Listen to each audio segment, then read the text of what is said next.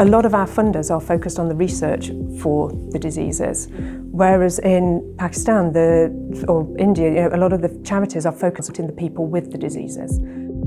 And so the research isn't necessarily the same. And so one of the things I would say, like I was saying, a lot of the resources that are used in labs in South Asia, they will be washed and they will be reused. One of the reasons that a lot of our researchers don't do it is because they really fear that there's going to be contamination of the samples and there'll be some problems with the research.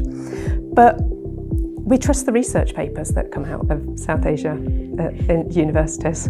So if we trust those papers, because they've been peer reviewed, they have been subject to scrutiny, why can't we do the same things over here? Why can't we learn the different ways that we can do that?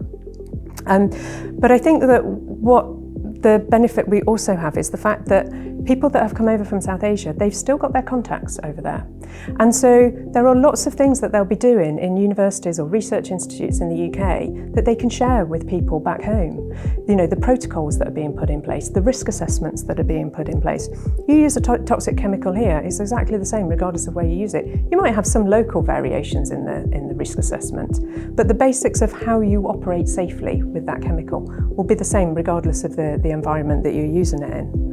And this is where I think, this is one of the benefits that came out of the pandemic, is that we're so much more used to having virtual meetings. And, so there are so many opportunities to collaborate. You might not have a formal collaboration with a grant or something like that, but that doesn't mean to say that you can't have meetings between, sort of universities in South Asia, UK and, other universities.